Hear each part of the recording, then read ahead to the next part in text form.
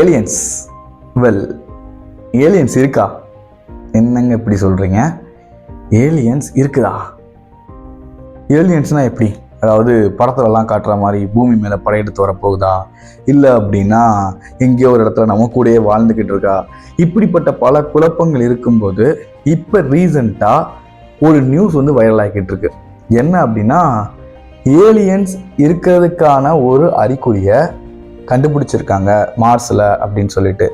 அது மட்டும் இல்லை, நிறைய வார்த்தைகள் குழப்பத்திலேயே இருக்குது. என்ன அப்படின்னா, லியோபர்ட் ஸ்பாட், அதாவது சிறுத்தை மாதிரியான ஒரு உருவம், ஒரு பாறை, ஏதோ ஒன்று மார்ஸில் இருக்குது. ஸோ இன்றைக்கி நேற்று கிடையாது, மார்ஸில் இருக்கக்கூடிய ஏகப்பட்ட ஃபோட்டோஸை வச்சுட்டு இங்கே பாருங்கள், இது இப்படி இருக்குது, அது அப்படி இருக்குது, ஸோ இங்கே ஏலியன்ஸ் இருக்குது, இங்கே இதெல்லாம் வாழ்ந்துருக்காங்க, அதே மாதிரி மார்ஸில் பார்த்திங்கன்னா பிள்ளையார் இருக்கார், இப்படின்னு ஏகப்பட்ட ஸ்டோரிஸ். ஸோ இப்படி இருக்கும்போது இப்போ ரீசண்டாக நிறைய அஃபிஷியல் வெப்சைட்ஸில் லியோபர்ட் ஸ்பாட்னு ஒரு வார்த்தை ஸ்பாட் ஆகிட்டு இருக்கு. அது என்ன? ஸோ உண்மையிலேயே மார்ஸில் ஏலியன்ஸ் இருக்கா பார்க்கலாமா? Hi, Tamil live Raj.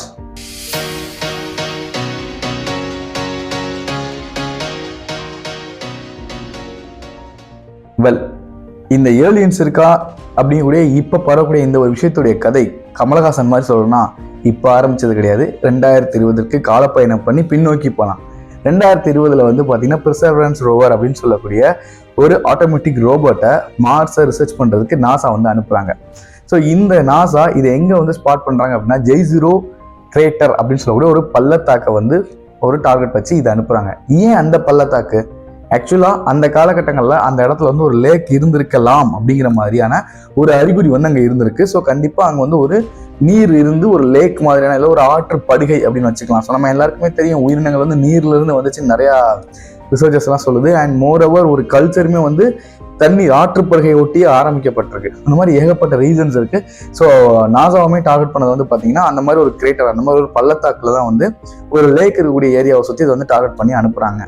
இந்த ரோவரும் பார்த்தீங்கன்னா 2021 மார்ஸுக்கு போய் சேர்ந்துருது. ஸோ இந்த ரோவர் ஒரு கார் சைஸுக்கு இருக்கும். இந்த ரோவர் ஃபுல்லி ஆட்டோமேட்டிக். அண்ட் இந்த ரோவர் பார்த்தீங்கன்னா நம்ம நியூக்ளியர் பவரால் ஒர்க் பண்ணிட்டு இருக்கு. ஸோ இப்படி இருக்கும்போது இந்த ரோவரோட மேஜரான ஜாப் இங்கே வேற ஏதாவது உயிரினங்கள் வாழ்ந்திருக்கா அப்படிங்கிறத கண்டுபிடிக்கணும். ஸோ எப்படிங்க கண்டுபிடிக்கலாம் வேற ஏதாவது உயிரினங்கள் வாழ்ந்திருக்கா அப்படின்னு? அந்த டென்ட்டை விட்டுட்டு போயிருப்பாங்கல்ல, இல்லைங்க, வேற ஏதாவது உயிரினங்கள் வாழ்ந்திருக்கா இல்லையா அப்படிங்கிறத எப்படி கண்டுபிடிக்க முயற்சி பண்றாங்க அப்படின்னா, ஏதாவது பயோ சிக்னேச்சர்ஸ் அங்கே கிடைக்குமா அப்படிங்கிறத வச்சுதான். What is bio signatures? So இப்போ நமக்கே ஒரு தியரி இருக்கு. என்ன அப்படின்னு பார்த்தீங்கன்னா, டார்வினோட பரிணாம கோட்பாடு. அதாவது ஒரு சின்ன உயிரினத்துல தான் இவ்வளவு பெரிய மனுஷனே வந்தான் அப்படின்னு ஒரு தியரி ஒன்று இருக்கு. ஸோ இதே மாதிரி அங்க ஏதாவது பயோ சிக்னேச்சர்ஸ் கிடைக்குதா? அதாவது ஈவன் ஒரு மைக்ரோபியல், ஏதாவது ஒரு பாக்டீரியாவாக இருக்கலாம், ஒரு மைக்ரோப் அளவுக்கு ஏதாவது ஒரு உயிரினங்கள் இருந்திருக்கா அப்படின்னு தான் தேட பார்த்துருக்காங்க. இது முக்கியமாக எப்படி கண்டுபிடிக்க முடியும் அப்படின்னு பார்த்தீங்க அப்படின்னா ரொம்ப ஈஸி தான். ஆக்சுவலாக organic carbons, sulphur, oxidation ions and phosphorus, இதெல்லாம் உயிரோட மூலக்கூறுகள், ஒவ்வொரு செல்லுல இருக்கக்கூடிய பேசிக்கான மூலக்கூறுகள். ஸோ இந்த மாதிரியான ஏதாவது ஒரு சிக்னேச்சர்ஸ் இருக்குதா அப்படின்னு சொல்லி தேடுறதா இதோட டாஸ்க்கு. ஸோ இந்த ரோவரும் தேடி கண்டுபிடிக்குது ஒரு முக்கியமான ஒரு பாறையை.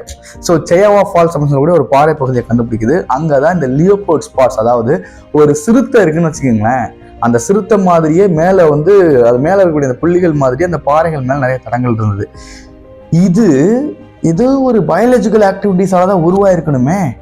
ஸோ பயாலஜிக்கல் ஆக்டிவிட்டிஸ் அப்படின்னா இங்கே ஒரு உயிரினம் இருந்திருக்க வாய்ப்பு இருக்கு. ஸோ அந்த உயிரினம்ங்கிறது ஒரு மைக்ரோபியல், அதாவது ஒரு மைக்ரோப்ஸாக கூட இருந்திருக்க முடியும் அப்படிங்கிற மாதிரியான ஒரு விஷயம் தான் பார்த்தீங்கன்னா இப்போ ரீசெண்டாக கண்டுபிடிச்சிருக்காங்க. ஸோ இதை உறுதிப்படுத்திட்டாங்களா அப்படின்னா உண்மையிலே மார்ஸ்ல ஏலியன்ஸ் இருந்துச்சா, பூமியில ஒரு சுச்சுவேஷன்ல நீங்க டார்வின் தியரி சொல்றீங்க, சிறுசுலேருந்து ஒவ்வொரு உயிரினமா பரிணாமம் அடைஞ்சு வந்துச்சுன்னு. ஸோ அதே மாதிரி அப்போ அங்கேயும் உயிரினங்கள் வாழ்ந்திருக்கா அப்படிங்கக்கூடிய நிறைய கேள்விகள் உங்களுக்கு வர மாதிரி எனக்கும் வந்திருக்கு, எனக்கு வர மாதிரி அந்த சயின்டிஸ்டுக்கும் இருந்திருக்கும். ஸோ அதனால அவங்க என்ன பண்றாங்க அப்படின்னு பார்த்தீங்கன்னா, இந்த சாம்பிளை அப்படியே இந்தியாவுக்கு வேர்ல்டுக்கு எர்த்துக்கு எடுத்து வர ட்ரை பண்ணுறாங்க. இந்த சாம்பிள் 25th சாம்பிள் அப்படின்னு பேர் வைக்கிறாங்க. இதை செஃபிர் கெனியான் அப்படின்னு சொல்லக்கூடிய ஒரு பேரில் இந்த சாம்பிள் வச்சிருக்காங்க. ஸோ இந்த இதில் பயோ சிக்னேச்சர்ஸை எடுத்து கொண்டாந்து வேர்ல்டுக்கு நம்ம எர்த்துக்கு கொண்டாந்து நம்மகிட்ட இருக்கக்கூடிய லேட்டஸ்ட் டெக்னாலஜிஸ் வச்சு இதை ரிசர்ச் பண்ணி அதுக்கப்புறம் தான் ஃபைனலைஸ் பண்ணி சொல்ல முடியும் மார்ஸில் ஏலியன்ஸ் ஒரு உயிரினம் வாழ்ந்திருக்கா இல்லையா.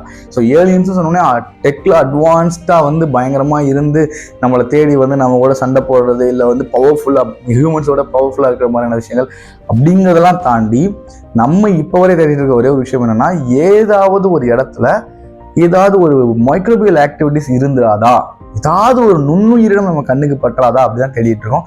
ஸோ அந்த விஷயத்துல இப்போ நம்ம வச்சிருக்கிறது ஒரு சின்ன மைல் ஸ்டோன் அப்படின்னு சொல்லலாம். ஸோ இதுவுமே எப்போ நம்ம கன்ஃபார்ம் ஆகும்னா, அந்த சாம்பிள் இன்னும் வந்து நம்ம பூமிக்கு வந்து பூமியில ஆராய்ச்சி பண்ணி எஸ் இது வந்து பயோ சிக்னேச்சர் தான் கன்ஃபார்ம் பண்ணா மட்டும்தான் மார்ஸ்ல ஏதோ ஒரு காலத்துல அங்க லேக் இருக்கும்போது அங்க ஒரு உயிரினங்கள் வாழ்ந்திருக்கு அப்படின்னு நம்மளால உறுதியா சொல்ல முடியும். அது பயோ சிக்னேச்சரா இல்லாம நான் பயோ சிக்னேச்சரா வேற ஏதாவது ஒரு ரீசனால அது உருவாயிருக்கு அப்படின்னா அதையுமே ஒரு ஆதாரமாக எடுத்துக்கொள்ள முடியாது. So Stephen William Hawkings believe பண்ற மாதிரி ஏலியன்ஸ் இருக்குது அப்படிங்கிறத நானும் நம்புறேன். ஆனா வேற ஒரு உயிரினங்கள் இருக்கா இல்லையா அப்படிங்கிறத இன்ன வரை நம்ம தேடிக்கிட்டு மட்டும்தான் இருக்கிறோம். ஸோ இதை பத்தி நீங்க என்ன நினைக்கிறீங்க அப்படிங்கிறத மறக்காம கீழே உள்ள காமெண்ட் பாக்ஸ்ல சொல்லுங்க. தேங்க்யூ ஸோ மச் வீடியோ ரொம்ப பொறுமையாக பார்த்ததுக்கு. இதே மாதிரி இன்னொரு நல்ல ஒரு வீடியோவோட உங்களை சந்திக்கும் வரை உங்களிடம் விருதுங்கள் ராஜ்.